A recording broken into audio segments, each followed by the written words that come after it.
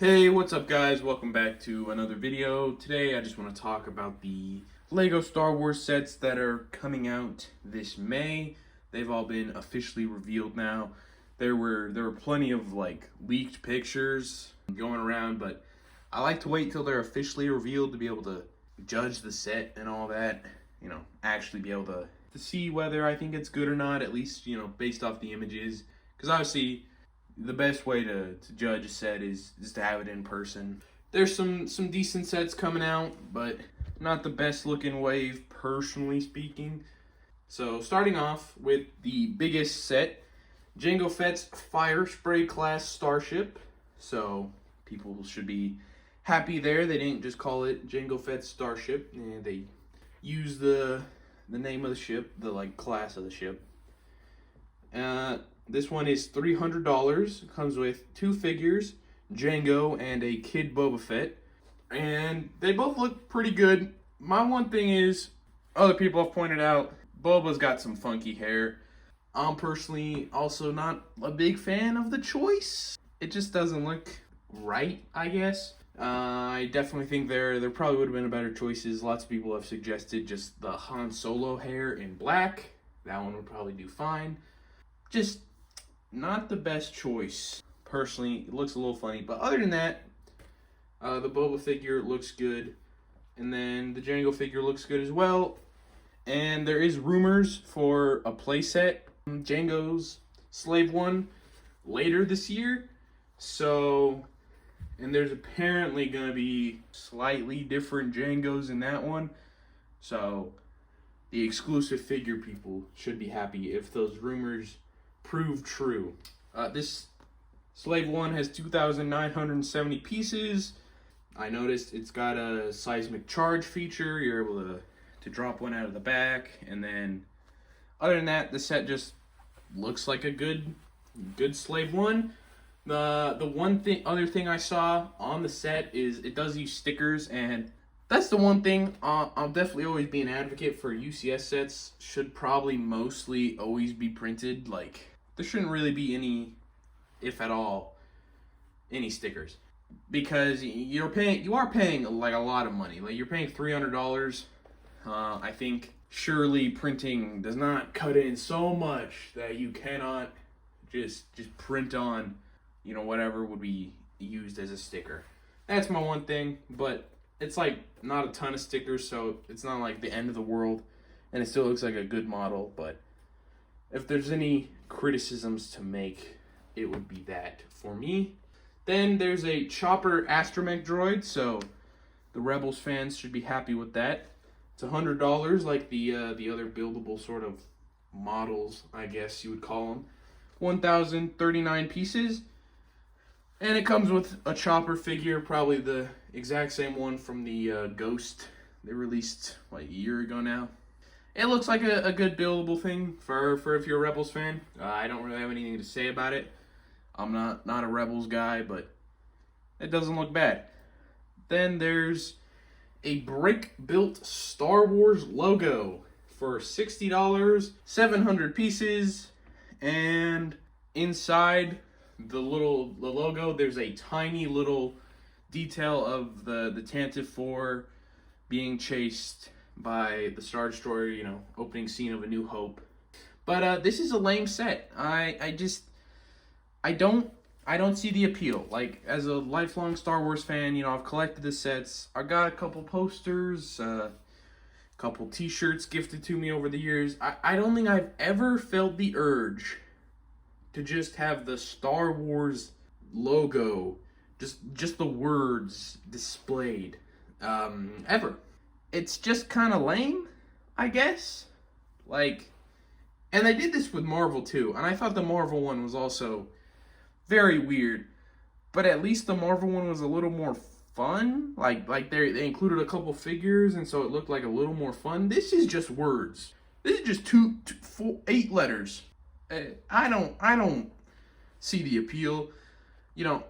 I like displaying stuff, right?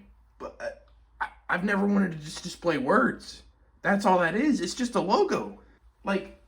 I get a poster with the Star Wars logo somewhere on it, I guess, is probably the closest I would get to that.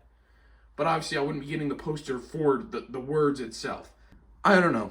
Maybe I'm wrong. Maybe there's a huge desire for this among adult collectors, but personally, I think this is one of the lamest sets ever. And I don't know who the audience is for, other than really weird adult collectors. But moving on to a better set, Jango Fett's helmet. This one looks pretty good. $70, 616 pieces. I mean, it's more or less the Boba Fett helmet, but fixed up a little bit. No dent in the forehead, and all that. I mean, it looks good. I've never collected any of the helmet sets personally, but if you're a helmet set collector, or you really like Jango's helmet, which it's a cool helmet, nice color scheme, so decent pickup. Maybe wait for a slight sale, but overall, decent looking set. Then Kylo Ren's helmet, $70 and 529 pieces, so overpriced for sure. I don't know why they can't just have it be 60. Seems weird. And I mean, it looks fine, right? If you are a fan of the sequels, other than it being overpriced, and you really like Kylo Ren's helmet, it's probably a decent pickup, right? Again, I would advocate wait for a sale, because that's just overpriced, but other than that, there's not many issues with it. We'll see if there's a ton of demand there. Then there's also Kylo Ren's command shuttle. This is one of the MIDI scale ships, $70 as well, 386 pieces. So just really overpriced. I don't know what they were thinking. Just not at all worth it for that price. This should be $40, maybe 50 if we're pushing it, but 70. And the sequels has its fans, but it's by far the least popular trilogy. So that combined with being a terribly priced set, I don't know how well that's gonna sell, but who knows? Maybe I'm wrong, but they're doing a couple sequel sets, clearly for 10 years of Force Awakens being out, seems like, but horribly priced, just horrendously priced. I don't know why they keep doing this with the MIDI scales, especially. The pricing is horrendous, and I don't understand, because none of them are using any of the pieces or anything that would make it so expensive. But, what do I know?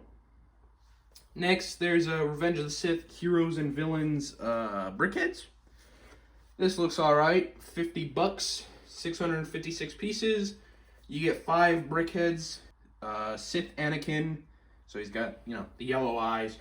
Palpatine, Grievous, Padme, and Windu.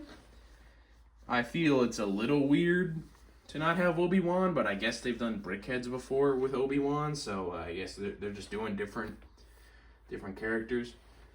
I'm not a BrickHeadz guy. They're like the Funko Pops of Lego to me, but if you're into BrickHeadz, they look good as far as BrickHeadz go. As fairly priced as all the other BrickHeadz, and I guess it's neat they're doing more Revenge of the Sith stuff. That's really all I can say on that.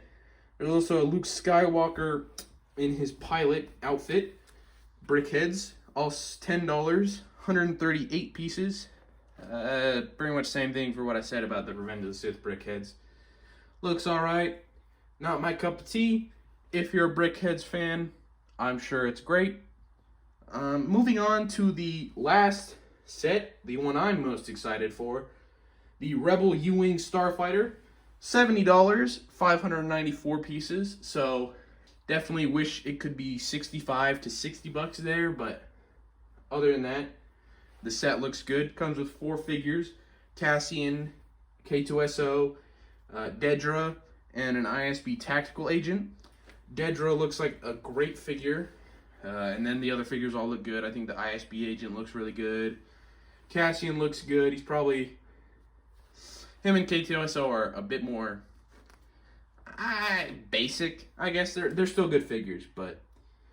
I think Dedra looks really good. I think the ship looks really good. There is definitely a lot of people, I think, shitting on it from some weird angled shitty leaked pictures, but I think with the proper reveal photos, it looks good. My one issue would be the engines look sort of funky. That'd be my one thing. But people keep comparing it to the 2016 one. That one is a lot bigger. However, you adjust for inflation, and that one would be priced for $100 nowadays. So, comparatively, this one, you know, if they were both released at the same time, would be $30 cheaper. So, not the fairest comparison. And other than that, I think the model looks great. I think the figures are great. And I'm very excited for it because I'm a big Andor fan. I'm excited for Season 2 of Andor. So, I'm excited for, you know, an Andor set. Unfortunately, we don't get more. It is my one issue, really. But yeah, and then there's the gift with purchases for when these sets release, you know, the whole May the 4th thing. So first off, probably the one most people will care about, a Camino training facility one. You spend $160, like all the other, I guess, major gift with purchases. The 160 is always the threshold. You get 3 clones in their like red training outfits that you see in episode 2, and then some side builds. They've got it valued as a $30 set if you look on their website. And, you know, it looks all right. I think neat like figures, and it's definitely something you wouldn't see released as a normal set. I'd say, like, I don't think we really get that like mass release. So I think it works as a gift with purchase. Also not something I care to spend $160 to get personally. At the end of the day, it's just some clones in an outfit I don't really care that much about. Like, it's neat, but not that neat. Then there's also a mini Millennium Falcon. You spend $40 on it. It's got 74 pieces, and I don't know, it's just another little Millennium Falcon. Not much to say about it. It's not a terrible little gift with purchase if you happen to buy anything during the little May the 4th thing during those couple days. And then the last one, if you buy specifically the Slave one, you get a Slave one keychain, which looks fine. It's a nice little bonus, I suppose. I mean, you're buying the set for the set, so they throw in a little extra with a keychain, and that's nice of them, I guess. But that's all I have for today. If you enjoyed the video, you want to see more LEGO content, see me talk about the other waves, the June wave coming up, the Ninjago June wave, the August sets as well, and also definitely a review on the U-Wing, then leave a like, subscribe to all that, and I'll see you in the next one. Peace.